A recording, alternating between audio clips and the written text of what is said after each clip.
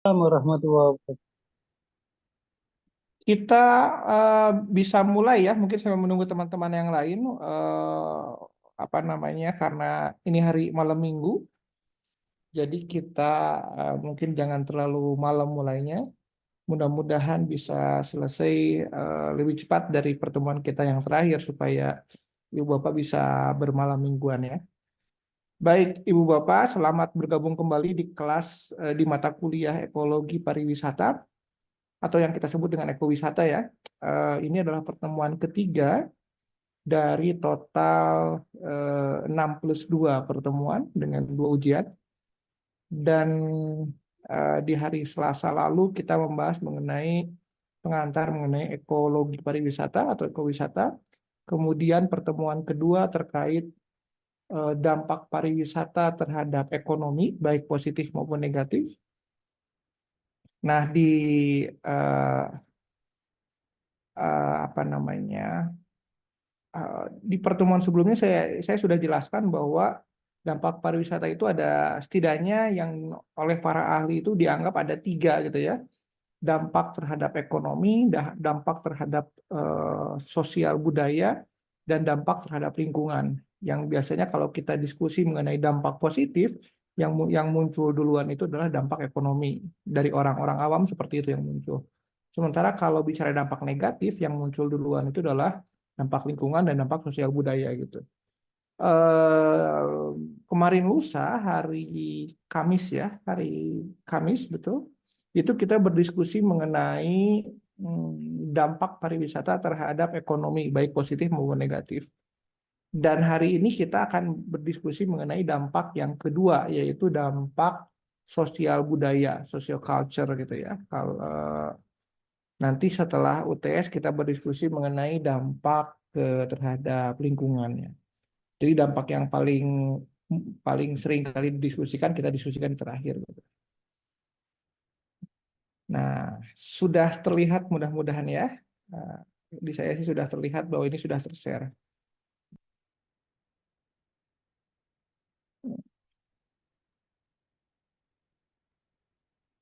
Baik, yang akan kita diskusikan hari ini adalah mengenai benefit dan cost dari pariwisata terkait dengan aspek sosial budaya gitu ya. Seperti yang sudah saya sampaikan tadi, aspek sosial budaya itu adalah aspek kedua dari total tiga aspek dampak pariwisata terhadap manusia, terhadap lingkungan ya, termasuk lingkungan atau lingkungan sekitar gitu.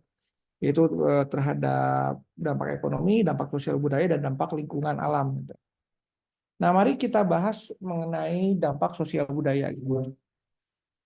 Jadi kalau kita lihat definisinya, dampak sosial budaya itu terkait dengan efek langsung maupun tidak langsung hubungan antara wisatawan atau turis dengan masyarakat lokal. Itu yang disebut dengan dampak sosiokultural. Ini kalau kita bicara dampak, ini sifatnya netral ya Ibu Bapak ya. Jadi dampak itu tidak negatif, tidak positif. Kita memang cenderung kalau bicara dampak, kalau terkait pariwisata dampaknya apa? Biasanya dalam dalam persepsi kita dampak negatif. Tapi sebetulnya kalau kita bicara dampak dalam itu secara tata bahasa itu netral gitu ya. Bisa positif, bisa negatif. The social cultural impacts artinya dampak sosial budaya dari pariwisata itu terkait dengan hubungan atau interaksi antara wisatawan atau tamu dengan masyarakat lokal. Apapun itu pasti ada dampaknya gitu ya. Bahkan eh, komunikasi atau interaksi yang sangat minimum sekalipun pasti berdampak gitu ya. Jadi cuman hanya sekedar ada wisatawan asing say hi atau greeting terhadap masyarakat lokal itu pasti berdampak. Walaupun mungkin dampaknya tidak terasa gitu ya. Tidak terlihat atau tidak besar gitu ya. Tapi ada dampaknya gitu. Sampai kemudian dampak yang paling besar itu ya misalkan sampai merubah hidup seseorang baik baik turisnya maupun eh, warga lokalnya. Nah, dalam konteks social cultural impacts yang banyak dibahas itu adalah dampak terhadap host communities-nya, terhadap masyarakat lokalnya ya. Jadi pariwisata juga bisa berdampak untuk wisatawan. Jadi kalau ibu bapak mungkin pernah mendengar ada orang yang bepergian selama sekian bulan ke sebuah destinasi, kemudian setelah pulang kembali ke negara asalnya mereka menjadi pribadi yang berbeda gitu. Makanya ada beberapa film seperti Seven Years in Tibet atau kemudian ada film Eat, Love and Pray ya yang dibintangi oleh Julia Roberts gitu. Itu menunjukkan adanya dampak sosial budaya terhadap turis. Jadi di dalam filmnya itu Julia Roberts kemudian datang ke Bali ber apa namanya stay di sana selama sekian bulan, saya lupa berapa bulan ya, dan itu menjadi apa namanya merubah cara berpikir dia. Nah itu juga sebenarnya social cultural impact, tapi dalam konteks pariwisata, dalam konteks diskusi akademik, social cultural impact itu lebih banyak terkait dengan dampak yang dirasakan oleh masyarakat lokal. Ya, jadi kita pertama pahami dulu bahwa dampak sosial budaya itu bukan hanya dirasakan oleh masyarakat lokal, tapi juga oleh wisatawannya. Bisa jadi oleh wisatawannya.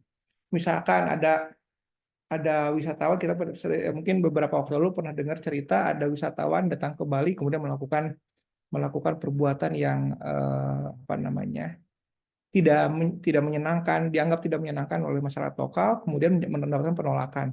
Nah, itu pasti berdampak dalam diri si wisatawan. Hanya dalam konteks diskusi kita, dalam konteks akademik, dampak tersebut, dampak sosial budaya itu lebih lebih membahas mengenai dampak pariwisata terhadap masyarakat lokal. Bukan dampak pariwisata terhadap orang yang berkunjung ya, bukan ke sana. Uh, uh, Kemudian interaksi antara dua grup ini menjadi major issue atau isu mayor yang mempengaruhi jenis-jenis dampak. Jadi dampaknya bisa positif, negatif, negatifnya bisa sedang, rendah, atau kecil dan seterusnya. Itu tergantung dari besarnya interaksi antara dua grup ini dan juga bagaimana dua grup ini saling bereaksi terhadap satu sama lain. Nanti kita bahas satu persatu ya. Yang pasti begini, semakin besar interaksi antara dua grup, baik pengunjung atau turis dengan masyarakat lokal, maka semakin besar kemungkinan dampak yang terjadi. Jadi semakin sering, semakin intens komunikasi atau interaksi antara dua kelompok ini, wisatawan dan masyarakat lokal, maka kemungkinan semakin besar dampak yang dirasakan oleh masyarakat lokal gitu ya. Nah ini yang menarik catatannya, bahwa dalam konteks hubungan antara masyarakat lokal dengan wisatawan, seringkali masyarakat lokal itu diposisikan lebih rendah posisinya dibandingkan wisatawan. Kenapa? Karena dianggap wisatawan itu pertama punya uang, ya berarti mereka secara ekonomi lebih mampu, dan masyarakat lokal yang kemudian mendapatkan manfaat ekonomi dari wisatawan ya manut saja ngikutin, toh udah dibayar. Kurang lebih seperti itu. Nah, ini tentu perspektif yang salah, dan ketika kemudian persepsi itu muncul, bisa jadi sampai satu titik ada penolakan yang keras dari masyarakat lokal gitu ya. Tapi ini memang sangat umum terjadi gitu ya. Wisatawan, saya ambil contoh ya, banyak operator pariwisata, pengelola industri pariwisata itu lebih menghormati tamu dari luar negeri dibandingkan tamu dari Indonesia, ya lebih menghormati. Entah karena inferiority kompleks atau mungkin karena mereka menganggap bahwa wisatawan dari luar itu uangnya lebih banyak, pakainya dolar. Nah ini juga memperlihatkan bahwa kita itu seperti harus melayani tamu dengan baik gitu ya. Makanya ada istilah pelanggan adalah raja, yang tentu kalau dalam beberapa industri kemudian itu menolak pendapat itu gitu ya. Contohnya, mohon maaf kalau saya salah ya, kayaknya Ritz-Carlton atau Marriott, nanti mungkin bisa dibantu oleh teman-teman dari hotel. Mereka punya jargon, we are ladies and gentlemen, serving ladies and gentlemen. Jadi mereka melayani wisata. Kami adalah ladies and gentlemen, artinya punya pride yang tinggi, dan kita melayani ladies and gentlemen. Jadi kita melayani turis atau tamu yang juga ladies and gentlemen. Jadi bukan berarti mereka adalah raja, kita adalah pembantu atau pelayan, bukan. Tapi kita sama-sama ladies and gentlemen melayani ladies and gentlemen. Itu perspektif yang sangat baik gitu ya. Termasuk misalkan Garuda itu punya kebijakan stewards-nya itu menginap di hotel bintang 4 atau bintang 5 yang sama dengan hotel dari tamu yang bepergian dengan Garuda gitu. Ketika ditanya alasannya kenapa, supaya para waiters-nya itu stewardess-nya itu punya rasa pride yang tinggi bahwa kita juga tidak berbeda jauh dengan tamu yang kita layani gitu ya. Nah, itu yang kemudian bisa dibilang host communities ya, dampak ya. Nah, ini yang kita bilang weaker party. Jadi weaker party itu bukan berarti masyarakat lokal di posisi yang lebih rendah, tapi secara umum dalam industri pariwisata mereka yang melayani itu diposisikan sebagai yang posisinya lebih rendah dibandingkan yang dilayani gitu ya, dibanding tamu gitu. Nah, kemudian this influence ketika terjadi perbedaan dalam tanda kutip derajat gitu ya antara masyarakat lokal dengan tamu, maka sulit sekali untuk memiliki nilai yang jelas gitu ya. Kita misalkan punya kecenderungan ketika orang yang punya kuasa itu melakukan kesalahan, maka dia lebih besar dosanya dibandingkan mereka yang tidak punya kuasa gitu ya. Nah, artinya kalau kemudian ini apa namanya? Kita juga punya kecenderungan begini, kalau ada masyarakat lokal yang berbuat salah terhadap tamu, kita cenderung membela masyarakat lokal gitu ya. Saya ingat ada satu kejadian dulu di Bali, seorang wisatawan naik motor, kemudian ada warga lokal yang kemudian naik motor dan dia sedang mabuk gitu ya. Bersenggolan, jatuh.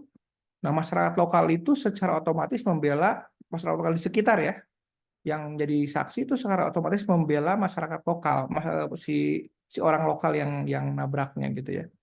Padahal yang salahnya adalah si orang lokal tersebut gitu ya. Itu memang mencirikan salah satu bentuk yang wajar ya dalam sebuah interaksi, karena kita cenderung membela yang sama dengan kita gitu. Tourists are agents for cultural diversion. All tourists, regardless of nationalities, tend to exhibit a common pattern of behavior which can be described as carefree and urgent. Wisatawan itu sering dianggap sebagai agen difusi budaya. Jadi wisatawan itu yang membuat sebuah destinasi dianggap menjadi melting pot dari banyak budaya. Kemudian juga wisatawan seringkali dipersepsi sebagai kelompok orang yang carefree, yang santai, kemudian yang bersenang-senang gitu ya, tidak punya tanggung jawab di situ gitu ya. Ekonomi seperti ini. Artinya apa? Artinya dampaknya itu selalu akan cenderung negatif dianggapnya terhadap masyarakat lokal. Oke, kita lanjut. Dampak muncul ketika terdapat aktivitas atau nilai yang dibawa oleh wisatawan yang kemudian merubah nilai atau sistem atau perilaku masyarakat lokal gitu ya. Jadi sekali lagi yang dianggap dampak pariwisata terhadap sosial budaya adalah ketika adanya nilai atau perilaku yang dibawa oleh wisatawan yang menyebabkan adanya perubahan di masyarakat lokal ya. Saya ambil contoh begini misalkan Ibu Bapak. Kalau Ibu Bapak pernah ke Baduy, Baduy dalam ataupun Baduy luar, mereka itu dulu tidak mungkin sudah pernah mendengar Baduy dalam. Baduy itu kalau dari Bandung itu sekitar berapa? 5 jam, 6 jam perjalanan ya. Mungkin dari Jakarta lebih cepat sekitar 4 jam, 3 jam. Nah, tidak boleh ada listrik di Baduy dalam. Kemudian juga mereka kalau bepergian tidak pernah menggunakan alas kaki. Kemudian juga tidak boleh menggunakan alat elektronik seperti handphone dan sebagainya gitu ya. Tapi kemudian kita sebagai wisatawan ya datang ke sana ingin melihat masyarakat Baduy, melihat kehidupannya, datang ke sana, ngobrol dengan orang sana, foto-foto, bawa handphone. Nah, ketika kita sebagai pengunjung dari luar datang ke Baduy melakukan hal yang sama apa namanya berulang-ulang bersama-sama itu bukan artinya berulang-ulang itu maksudnya bukan berarti hanya kita sendiri ya, tapi saya datang hari ini melakukan kegiatan yang sama, bawa handphone, foto-foto, pulang. Besoknya teman-teman ada misalkan yang datang ke sana juga bawa handphone, foto-foto, pulang, dan seterusnya gitu ya.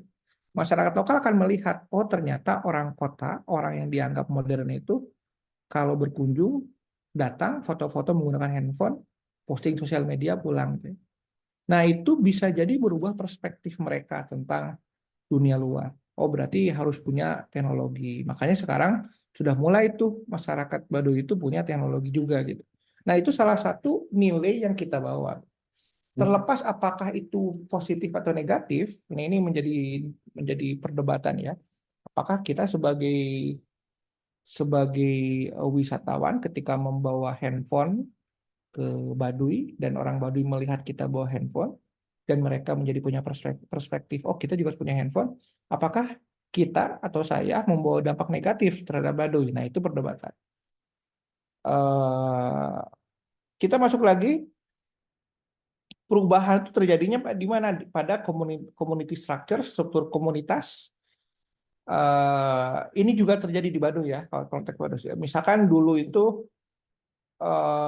Baduy dalam termasuk sangat rapat, eh, jarang sekali berhubungan dengan masyarakat luar gitu ya. Nah, tapi sekarang setelah banyak yang hadir, mereka kayaknya lebih terbuka, sudah mulai ada penduduk-penduduk lokal yang menjadi dalam tanda kutip PR untuk si kelompok Baduy ini gitu.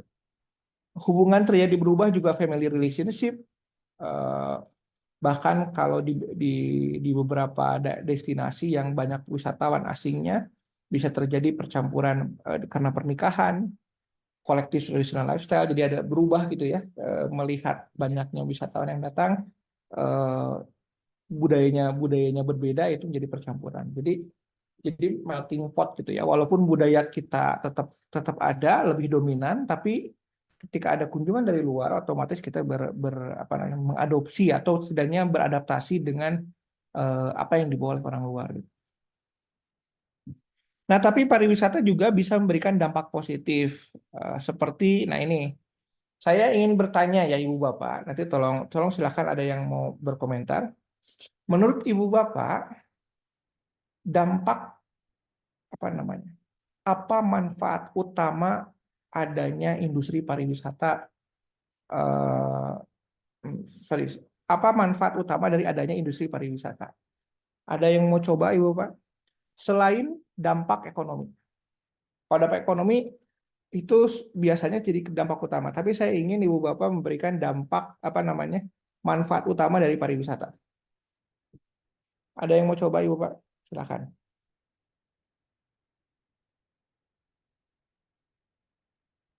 Saya ulang pertanyaan ya. Apa manfaat utama, bukan dampak ya, tapi apa manfaat utama dari adanya kegiatan aktivitas pariwisata selain manfaat ekonomi? Silakan Ibu Pak.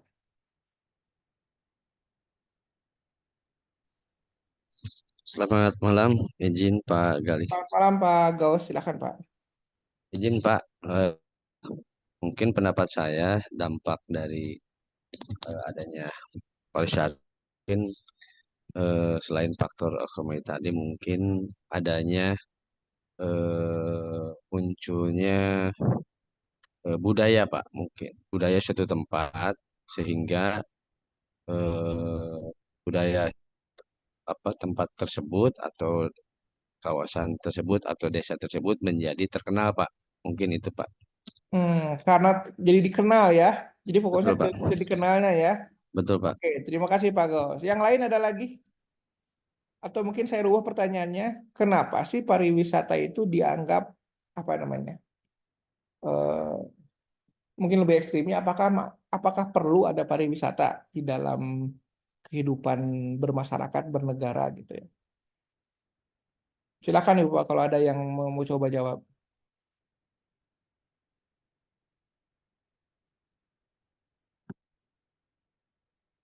Ada yang mau coba? Silakan. Halo, Ya, silakan. Pak Martua ya. Silakan. selain dari dampak ekonomi tentunya adalah dampak dari masyarakat itu merubah pola pikir tentang apa yang terjadi di daerah dia dan daerah lain sehingga membuat mereka akan berpikiran lebih maju. Contoh, ketika belum adanya kunjungan wisatawan, pola pikir mereka cenderung hanya berputar sekitar itu saja. Dan ketika ada pariwisata, pola pikir mereka akan berubah bahwa dunia ini perlu teknologi dan segala macam. Jadi tidak ada istilah seperti kata dalam tempurung. Itu aja yang tanggapan dari saya, Pak. Terima kasih Pak Martua, mantap sekali. Ini juga di chat ada ya Pak Alexander ya. Dengan adanya kegiatan pariwisata, maka bisa dipastikan berdampak dalam bidang infrastruktur dan juga ilmu pengetahuan, seperti anak kecil yang biasa bertemu dengan wisatawan asing jadi terbiasa berbahasa asing. Ini adalah amagram ya. Amagram itu gabungan dari berbagai manfaat atau dampak atau yang dianggap sebagai kenapa pariwisata perlu ada gitu ya. Nah, tapi secara filosofi ini semua yang tadi disampaikan oleh bapak-bapak ini betul gitu. Tetapi secara filosofi manfaat utama dari pariwisata sebetulnya adalah eh, apa namanya perdamaian dunia, adalah perdamaian dunia. Jadi beberapa ahli mengatakan salah satu yang bisa membuat dunia itu damai adalah pariwisata. Kenapa? Karena sebetulnya ini berkaitan dengan apa yang disampaikan oleh Pak Alex dan Pak Martua tadi ya. Kalau kemudian ada orang asing datang ke destinasi yang asalnya mereka tidak tahu jadi tahu. Sebaliknya kita yang menjadi tadi kalau kata Pak Martua itu kata dalam tempurung ketika orang datang jadi terbuka gitu. Eh, jadi kalau kita ingin mengenal sebuah kebudayaan, sebuah bangsa, maka kita datang ke sana, diskusi dengan orang-orang sana, baru paham seperti apa gitu ya. Nah, itu yang kemudian disebut dengan sebetulnya pariwisata itu fungsi utamanya atau manfaat utamanya adalah perdamaian dunia. Kalau orang saling mengenal, ya walaupun beda budaya, saling mengenal itu artinya saling memahami juga, oh dia budaya seperti ini, kita bisa paham gitu. Itu maka konon katanya perdamaian dunia akan terjadi. Jadi secara filosofi sebetulnya manfaat utamanya adalah perdamaian dunia. Ya eh, tentu perdamaian dunia tidak pernah sesederhana itu ya. Sulit juga untuk eh, apa namanya jika ada punya permasalahan yang kompleks mungkin tidak mudah juga. Saya ambil contoh misalkan di Palestina saat ini ya. Saat ini kan sedang terjadi peperangan gitu ya.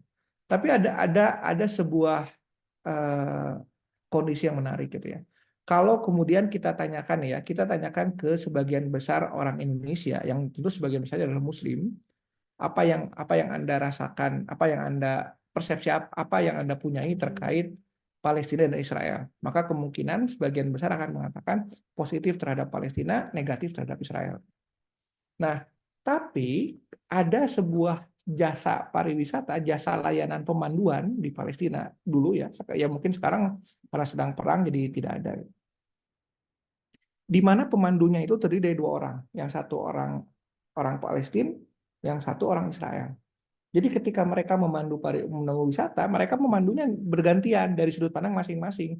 Jadi kita itu bisa melihat sudut pandang dari orang Palestina dan sudut pandang dari orang Israel. Ketika berwisata itu di daerah sana ya, di daerah Israel Palestina ya. Dan itu mencerahkan gitu. Kita jadi apa namanya jadi paham perspektif yang berbeda dari dua sudut pandang gitu. dalam konteks filosofi pariwisata itu ideal sekali karena kita bisa jadi paham, kita bisa memahami gitu ya. Jadi tidak pernah sesederhana yang satu benar dan yang satu salah gitu. Itu apa namanya yang bisa kita ambil ya dari kesimpulan tersebut itu. Ini adalah filosofi dari pariwisata. Tentu pada prakteknya adalah tentu tidak semudah itu ya. Hanya yang disampaikan tadi oleh Pak Alexander, Pak Matua itu bagian dari situ gitu ya.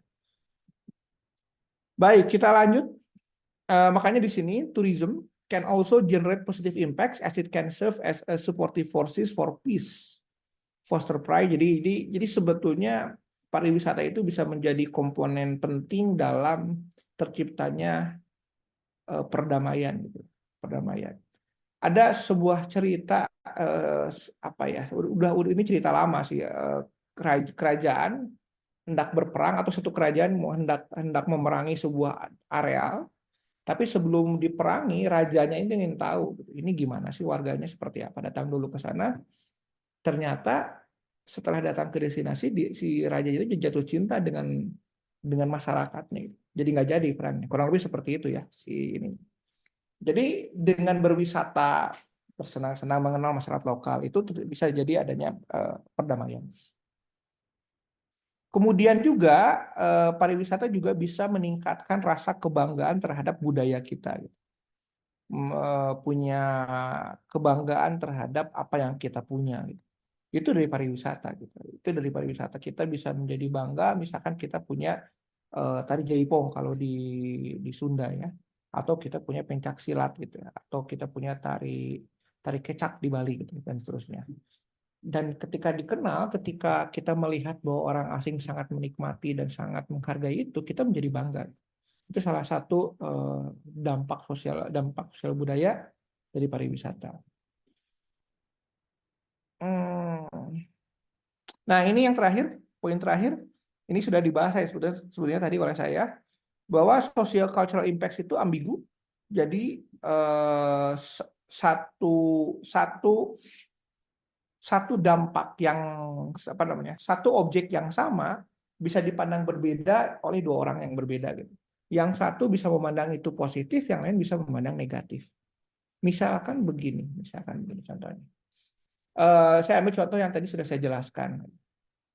Ketika saya adalah wisatawan, saya datang ke Baduy dan orang Baduy melihat saya misalkan pakaian orang kota, pakai sepatu necis, pakai handphone, pakai kacamata. Terus masyarakat lokal melihat itu. Besoknya mereka ngikutin. Pakai handphone, pengen cari kacamata. Nah, pertanyaannya apakah saya memberikan dampak negatif atau positif?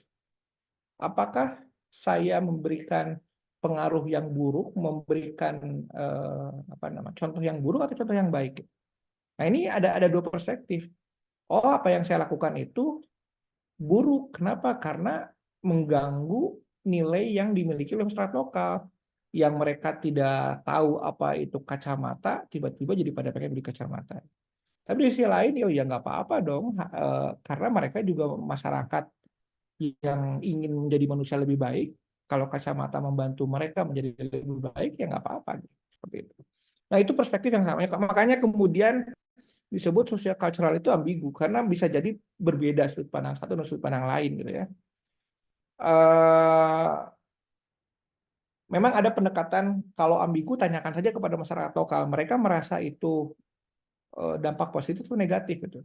Hanya kadang-kadang masyarakat lokal juga mungkin tidak dalam posisi yang bisa netral karena mereka punya perspektif yang berbeda. Jadi juga ini makanya disebut dengan social cultural impacts itu ambigu gitu. Mari kita lanjutkan terhadap negatif social cultural impacts. Terdapat beberapa contoh dampak negatif dari pariwisata. Yang pertama adalah komodifikasi, standarisasi, loss of authenticity. Commodification itu komodifikasi ya, nanti saya jelasin di bawah. Standarisasi, kemudian kehilangan otentisitas. Keempat adalah beradaptasi terhadap permintaan wisatawan. Kemudian yang kelima adalah perselisihan budaya. yang keenam permasalahan etika, dan yang keenam yang ketujuh displacement of local people atau masyarakat lokal kehilangan jati diri atau wilayahnya gitu. Nanti kita bahas satu persatu. Kita mulai dengan komodifikasi. Apa itu komodifikasi? Saya ambil contoh yang sederhana supaya Bapak bisa paham. Kalau dulu kita ke desa nih, kemudian kita bertanya ke warga lokal. Kita lagi ingin kencing misalkan, Bu, kita mau kencing boleh? Minta ikut ke air boleh, silakan ikut ke air. Sudah kan? Selesai ke air kita bilang terima kasih sudah pergi gitu ya. Tapi bayangkan kalau kemudian kita datang ke desa, terus boleh ikut ke air, boleh bayar 2.000 gitu. Nah, bagaimana kira-kira perasaan kita kalau seperti itu? Nah, itu yang disebutkan komodifikasi. Komodifikasi adalah perubahan perspektif dari masyarakat lokal ketika yang dulu asalnya adalah sebuah keramah tamahan biasa, normatif gitu ya, kemudian menjadi komoditas yang dijual. Contoh yang paling sederhana tadi, toilet, minuman. Ibu bapak kalau kita datang ke restoran-restoran atau rumah makan di daerah-daerah itu masih banyak yang minum itu gratis kan. Kita datang pesan makan, minumnya dikasih teh tawar. Teh tawar. Tapi kemudian sekarang sudah berubah. Bahkan di rumah makan sendiri sekalipun, kalau kita mau minta air putih dikasihnya merek Aqua gitu, dan itu berbayar gitu. Itu adalah sesuatu komodifikasi. Jadi komodifikasi itu yang dulunya dianggap sebagai sebuah lingkup yang normatif, yang wajar kalau dikasih tanpa kita minta uang, kemudian jadi berubah. Jadi kayak misalkan kita minta ditemanin untuk jalan-jalan di desa wisata gitu. Minta ditemenin ya. Kita datang ke desa wisata minta ditemenin. Maka ketika kita bilang minta ditemenin, apakah kita perlu ngasih atau tidak? Kalau kita melihat kultur budaya orang desa, sebetulnya enggak. Mereka ya ikhlas misalkan, tidak perlu dibayar. Tapi karena tahu kita adalah wisatawan, kita punya uang, lama-kelamaan mungkin mereka berpikir, ya saya harus minta uang. Itu adalah bagian dari komodifikasi. Nah, komodifikasi ini tentu juga batasannya, mana yang wajar dan yang tidak itu berbeda-beda. Ada yang, oh tidak masalah itu profesional, ada yang bilang, oh itu berarti sudah komodifikasi. Ini juga adalah bagian perdebatan dari pendidikan akademik ya. Di dunia akademisi itu komodifikasi juga jadi perdebatan. Sebetulnya sejauh mana sih jadi komodifikasi? Ibu bapak misalkan yang bekerja di hotel, misalkan ada tamu datang menginap di sana, kemudian mereka ingin ditemani ngobrol. Apakah ibu bapak akan meminta bayaran karena ditemani ngobrol, dicas misalkan ke perusahaan, ini profesional fee kita menemani mereka, atau itu bagian dari courtesy keramah tamahan kita? Mungkin sekarang kita berpikir, oh itu courtesy nggak usah minta bayaran gitu ya. Tapi bisa jadi nanti jadi komodifikasi, ya kita bayar saja. Kita menemani dia 3 jam, bayar 3 jam. Misalkan begitu. Itu komodifikasi. Kita lanjut. Yang berikutnya adalah standarisasi. Standarisasi itu ini dampak negatif ya.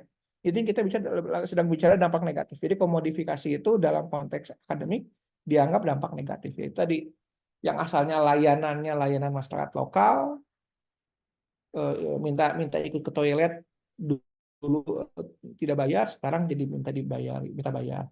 Dulu minta minum itu nggak bayar, sekarang jadi minta bayar. Karena lebih seperti itu komodifikasi. Kalau standarisasi itu lanjutannya. Sekali lagi dalam konteks dampak negatif pariwisata terhadap sosial budaya. Masyarakat lokal itu tidak punya standar pelayanan. Orang datang ingin menginap di homestay, ya sudah ini kamarnya ada seperti ini ya sudah terima saja gitu. Terima saja. Misalkan di tempatnya itu kamarnya itu ya warnanya gelap, pencahayaannya kurang, terus kasurnya kasur kapuk misalkan. Ya sudah terima saja kok masyarakat lokalnya begitu gitu. Tapi dengan adanya desa wisata kemudian muncul standarisasi. Standarisasi itu dalam konteks apa? Dalam konteks untuk melayani supaya pengunjung jadi puas atau wisatawan yang menginap jadi puas ya.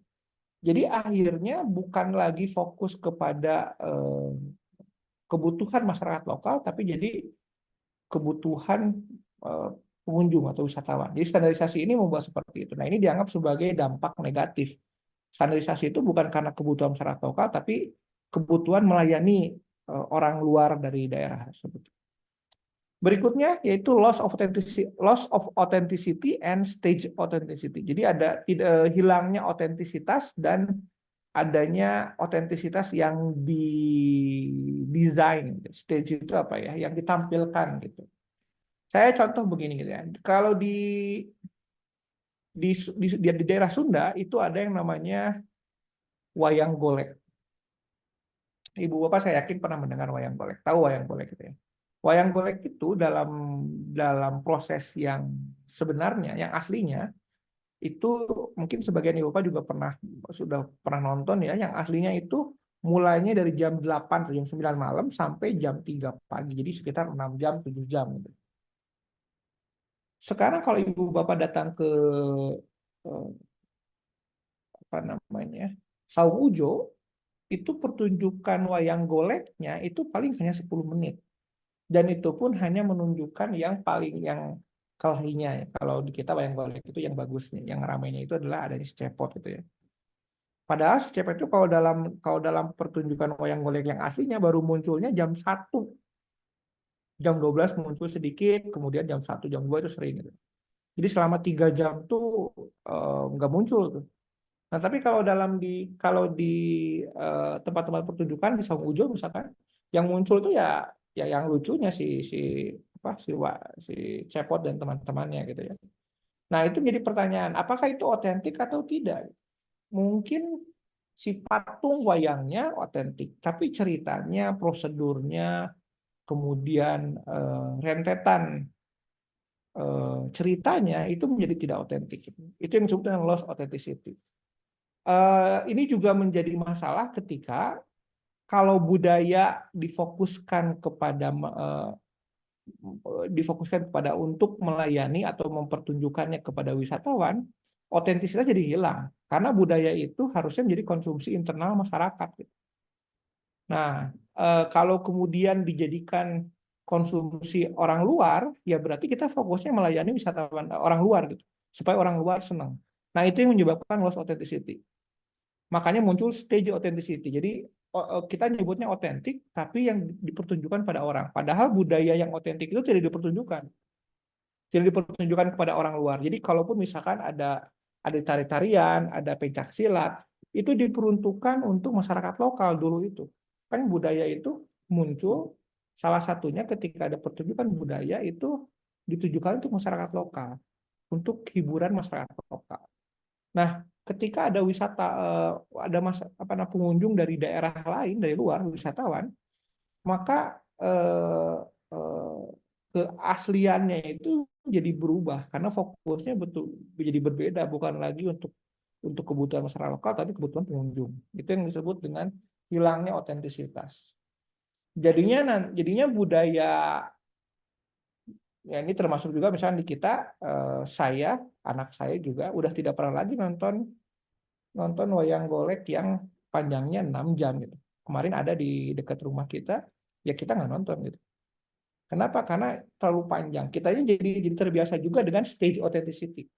Anak saya misalkan ya sudah lebih baik nonton di YouTube atau datang ke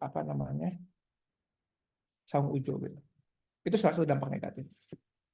Kemudian yang berikutnya adalah ini sebetulnya menyimpulkan yang di atas juga, adaptasi kepada kebutuhan wisatawan.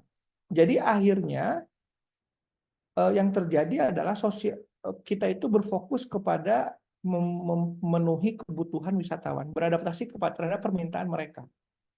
Jadi bukan lagi kepada kita menjaga sosial budaya kita untuk kebutuhan kita sebagai masyarakat lokal, tapi untuk menyenangkan pengunjung.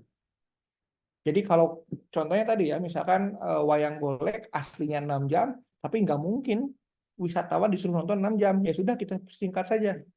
Jadi cuma 10 menit atau 20 menit, 15 menit maksimal gitu.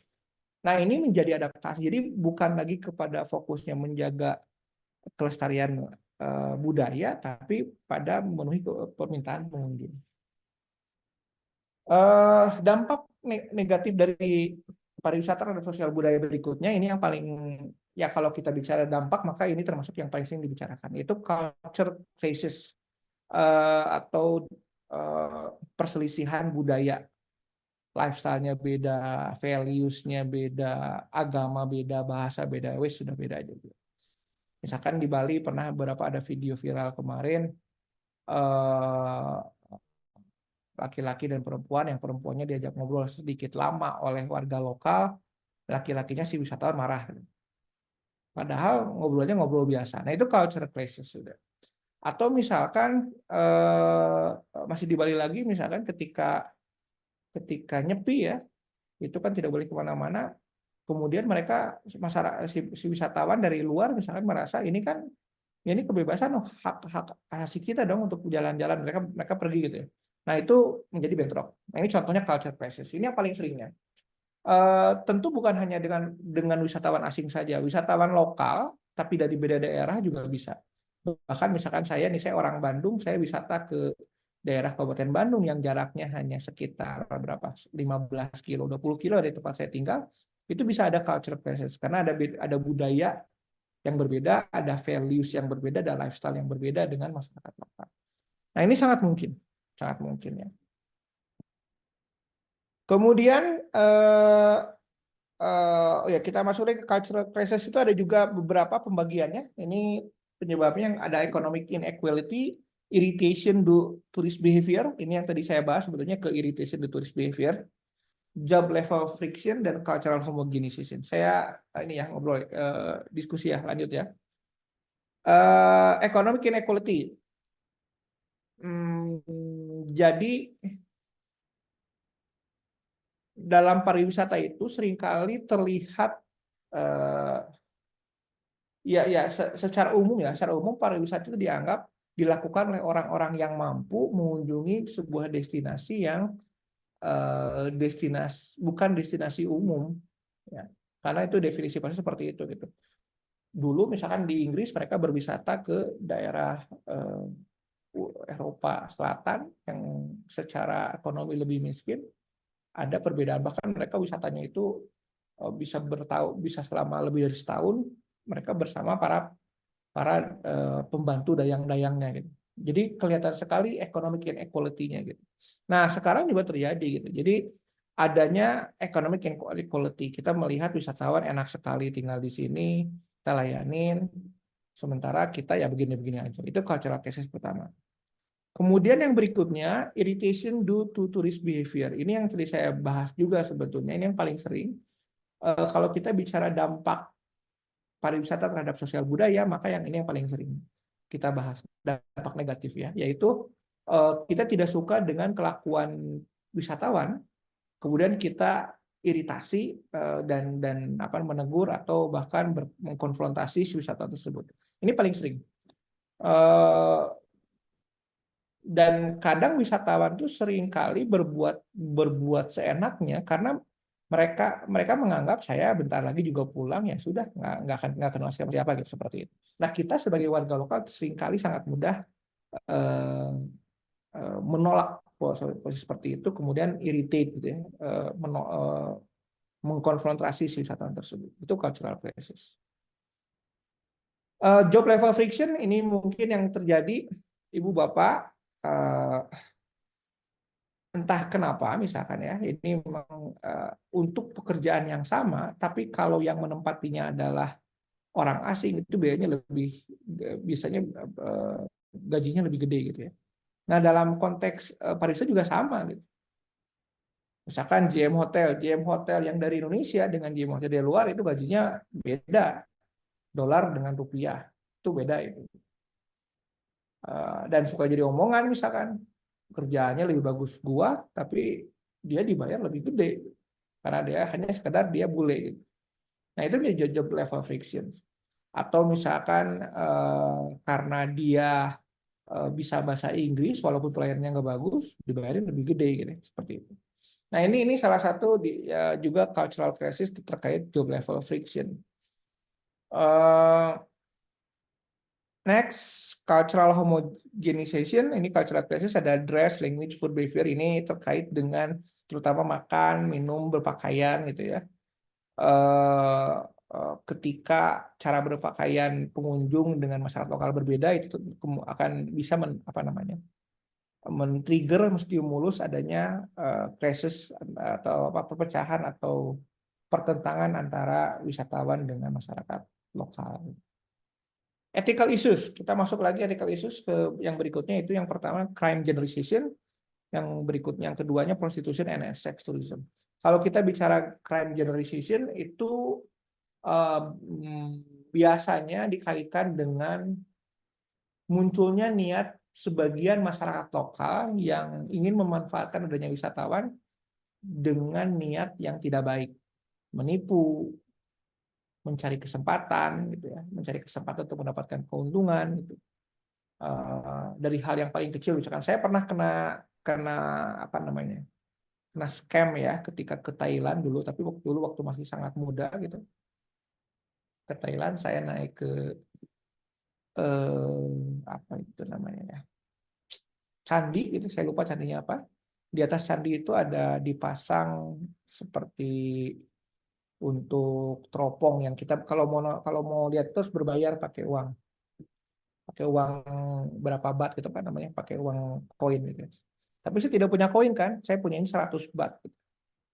Kemudian di sebelahnya itu ada biksu, dia ngasih uang ke saya, ngasih uang.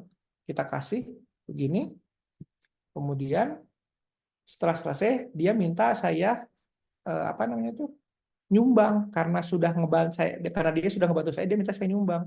Saya hanya punya uang 100 bat, jadi bayangkan hanya melihat selama 1 menit mungkin kurang, tapi square sekian bat. Pokoknya cukup besar lah saat itu, kayaknya kalau dihitung-hitung itu sama dengan hampir 70-80 dolar. Mungkin bukan 100 bat ya, mungkin 1000 bat, saya lupa gitu. Dan dia pura-pura nggak bisa bahasa Inggris atau mungkin nggak bisa bahasa Inggris, kemudian hanya bilang terima kasih. Itu menurut saya jadi crime, jadi scam minimal, di scam. Jadi dan mereka menganggap ini kesempatan nih, orang yang nggak bisa bahasa Thailand, kita akalin gitu ya, misalkan seperti itu. Hal yang sama juga terjadi ya di Indonesia, misalkan kalau ibu bapak pernah mendengar cerita ada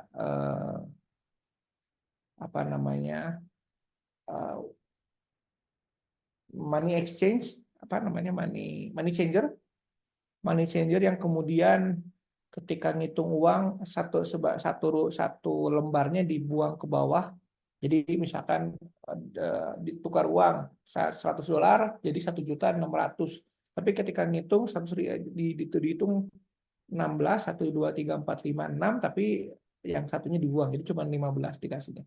Nah itu kan termasuk satu crime generation. Bahkan ada yang sampai menipu yang lebih besar lagi gitu ya. Ya, tapi ceritanya banyak sih. Oke, lanjut. Child labor ini menggunakan anak-anak berusia di bawah umur untuk bekerja. Kemudian terakhir prostitution and sex tourism. Nah ini juga menjadi ethical issues gitu ya. Permintaannya ada, tinggal kitanya mau menawarkan atau tidak gitu kan, menawarkan atau tidak, masyarakat lokalnya maksudnya kita itu. Nah ini menjadi ethical issues yang menjadi perdebatan. Banyak orang yang kemudian mengatakan itu dampak negatif. Coba kalau wisatawan tidak ada, nggak ada permintaan seperti ini. Walaupun ada lagi perdebatan bahwa prostitusi itu adalah industri tertua bahkan sebelum pariwisata. Sebelum ada pariwisata, prostitusi sudah ada gitu. Jadi menjadi perdebatan kalau bilang karena ada pariwisata ada prostitusi. Yang terjadi adalah tidak ada pariwisata pun permintaan untuk itu selalu ada. Nah itu ethical issue sebetulnya yang harus dijaga oleh para pelaku pariwisata. Next, ini terakhir displacement of local people, yaitu ya ini saya pernah ceritakan kayaknya kemarin lusa ya, bahwa ketika orang lokal menjadi tersingkirkan di daerahnya gitu. Contoh yang kemarin saya sampaikan itu ada desa wisata ada desa yang ingin berkembang jadi desa wisata, kemudian mereka mencari bantuan investor, yang terjadi investornya bikin homestay guest house banyak, terus warga lokalnya itu disuruh jadi karyawan saja. jadi karyawan saja. Itu pun kalau ada tamu. Tapi keuntungan terbesar buat siapa? Buat investor. Nah, ini salah satu yang disebut dengan displacement of local people. Ini bagian dari dampak negatif. Oke, selebihnya saya ingin mengajak Ibu Bapak untuk berdiskusi jika ada pertanyaan. Sebetulnya materinya masih cukup panjang, tapi nanti saya share saja, Ibu Bapak bisa baca. Silakan jika ada yang mau bertanya atau yang mau didiskusikan, silakan Ibu Bapak terkait dampak ini. Sebetulnya mulai dari pertanyaan begini, pertanyaan triggernya seperti ini. Selamat malam, Pak. Ya, silakan. Boleh bertanya sedikit Silakan. tentang budaya.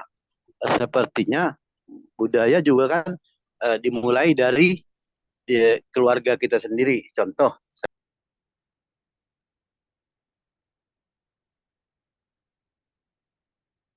Pak Martua, saya tidak bisa mendengar suaranya, Pak. Kayaknya ke klik itu. Apa namanya? Ke mute. halo Pak. Ya, silakan. Termasuk budaya, bahasa juga termasuk budaya, Pak ya? Ya, betul, termasuk, Pak. Kebanyakan hilangnya budaya itu bisa juga disebabkan dari yang sering saya amati dari keluarga, Pak. Contoh, seperti kita contohnya dari Bandung, kita merantau, kita di satu tempat yang sangat jauh. Terkadang kita sebagai orang tua tidak mengajarkan bahasa asli dari tempat kita berasal. Itu termasuk apa, Pak? Itu tuh. Dampak apa? Dampaknya kemana itu, Pak? Jadi si anak itu tidak mengenal lagi namanya bahasa Sunda, bahasa yang lain-lain, dan dia tidak mengenal asal usulnya, Pak. Karena kita sebagai orang tua tidak mengajarkan, Pak. Itu gimana, Pak? Baik, terima kasih Pak Martua. Sebetulnya yang disampaikan oleh Pak Martua Togi ini tidak sepenuhnya langsung terkait dengan pariwisata. Itu memang lebih terkait dengan kemajuan zaman. Tapi ada kaitannya, maksudnya ada satu kaitannya dengan pariwisata. Pertama begini, saya bahas dulu yang tadi ya, bahwa kondisi masyarakat kita cenderung tidak menggunakan bahasa daerahnya dengan anak-anak, tidak mengajarkan, itu menjadi sebuah permasalahan yang cukup banyak dibahas. Tidak terkait dengan pariwisata, Pak. Jadi dalam kehidupan sehari-hari gitu ya. Karena pertama anaknya itu ketika sekolah pakai bahasa Indonesia, jadi kita ngajarin anak kita pakai bahasa Indonesia gitu. Atau misalkan ada yang karena si orang tuanya sibuk bekerja, jadi si anaknya itu lebih banyak berdiskusi dengan yang menjaga di rumah atau teman-temannya di sekolah yang pakainya bahasa pergaulan, itu bahasa nasional juga, nggak pakai bahasa daerah gitu. Itu pertama yang terjadinya itu seperti itu. Jadi tidak terkait dengan pariwisata. Nah, kalau kita kaitkan dengan pariwisata, ada dampaknya, ada kaitannya sebetulnya. Ketika kita bicara pariwisata, maka cenderung persepsi kita itu adalah adanya hubungan antara masyarakat lokal dengan pengunjung, dan pengunjung ini dalam konteks pariwisata seringkali dikaitkan dengan masyarakat orang asing, orang asingnya. Nah, kalau orang asing, maka kita punya pendapat, oh berarti kita bisa bahasa Inggris minimal ya. Ya orang asing kan bukan hanya orang Inggris sebetulnya, tidak ada yang Chinese, ada yang Cina, ada yang India atau dari yang lainnya. Tapi seringkali kita menganggap bahasa pergaulannya bahasa Inggris gitu. Nah itu yang kemudian bisa saja berdampak pada misalkan ya teman-teman di Bali ini. Teman-teman di Bali sekolahnya jadi fokusnya ya sudah kita fokusnya ngajarin bahasa Inggris. Kenapa? Karena Bali itu adalah destinasi pariwisata internasional. Orang asing banyak ke sini, kita harus siap menampung mereka. Kita harus siap melayani mereka. Jadinya bahasa Inggris. Jadi ada tekanan itu bisa jadi terjadi, terutama di destinasi kuat ya, destinasi yang punya daya tarik kuat seperti Bali atau di daerah lain gitu ya. Nah, saya mau ngambil contoh yang berbeda, Pak. Misalkan di Paris, Prancis, mereka punya pride yang sangat tinggi dengan bahasa gitu. Jadi mereka menjaga bahasa lokalnya, bahasa Prancis atau mungkin dialek lokalnya gitu ya. Jadi kalau tidak diperlukan itu ngomong dengan orang asing nggak mau pakai bahasa Inggris atau bahasa yang lain, pakai bahasa Prancis saja mereka. Pede. Jadi mereka strict pada apa namanya posisi profesional saja. Mereka menggunakan bahasa Inggris kalau ketika sudah kerja. Nah, kalau sudah sekuat itu berarti sudah aman, Pak. Berarti dampaknya menjadi tidak besar pariwisata terhadap ya tadi pengaruh yang tadi ya Pak Martua ya. Hanya mungkin di Indonesia tidak sekuat seperti di Prancis yang punya pride tinggi. Begitu mungkin Pak Martua dari Terima kasih, Pak. siap siap. Baik, ini di chat ada pertanyaan dari Pak Alex ya. Mana yang lebih pengaruh pariwisata ke sosial atau pengaruh sosial ke pariwisata. Sebagai contoh begini, saya pernah tinggal selama 2 tahun di salah satu pusat pariwisata di Sumatera. Sebelumnya banyak wisatawan asing di tempat itu, namun ada kebijakan lokal yang melarang seperti berjemur layaknya terus di Bali, minuman keras dan seks bebas. Hal itu menyebabkan penurunan kunjungan wisatawan ke tempat itu. Gitu. Makanya pertanyaannya, apakah mana yang lebih pengaruh pariwisata ke sosial atau pengaruh sosial ke pariwisata? Saya pikir pengaruhnya bisa sama-sama kuat, tergantung daerah gitu ya. Kalau di tempat Bapak berarti pengaruh sosial berpengaruh terhadap pariwisata gitu. Pengaruh sosial.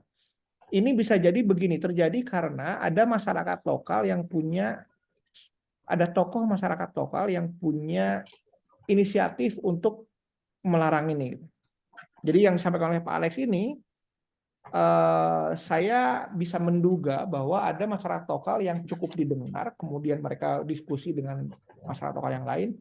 Oh, kita tidak suka dengan aktivitas ini, kita larang. Seperti itu. Nah, artinya, Nanti telepon aja Pak siapa? Bisnis atau siapa ya kan? Ya si Mulia. Apa? Nasi. nah artinya apa? Artinya di daerah tersebut, di destinasi tersebut, sosial masyarakatnya, kehidupan sosial masyarakatnya itu sangat kuat karena ada tokoh-tokoh lokal yang kuat. Gitu. Jadi pengaruhnya kalau dalam konteks ini ya pengaruh sosialnya lebih kuat. Gitu. Tapi apa yang terjadi kalau kemudian tokoh-tokoh tidak terlalu kuat? Hubungan antar masyarakat tidak terlalu kuat, jadi renggang gitu ya. Maka kemungkinan pengaruh pariwisata yang kuat ke sosial. Ya, jadi kalau di destinasi tersebut, di daerah tersebut, misalkan tidak ada warga-warga lokal yang vokal yang bisa menghubungkan banyak tokoh-tokoh lain, gitu ya, terpecah-pecah sendiri-sendiri, kayaknya akan lebih kuat pengaruh pariwisata ke sosial. Itu point of view saya, Pak Alex. Mudah-mudahan bisa ditangkap poinnya ya. Oke. Ibu Bapak, silakan jika ada lagi yang mau didiskusikan dan ditanyakan sebelum kita akhiri kegiatan perkuliahan kita.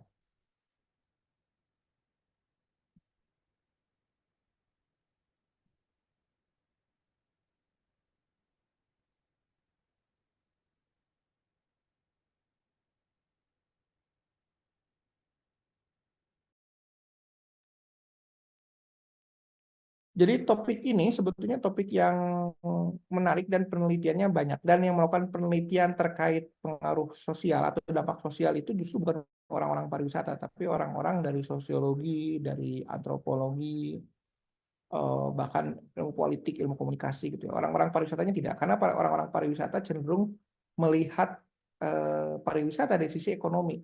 Ya.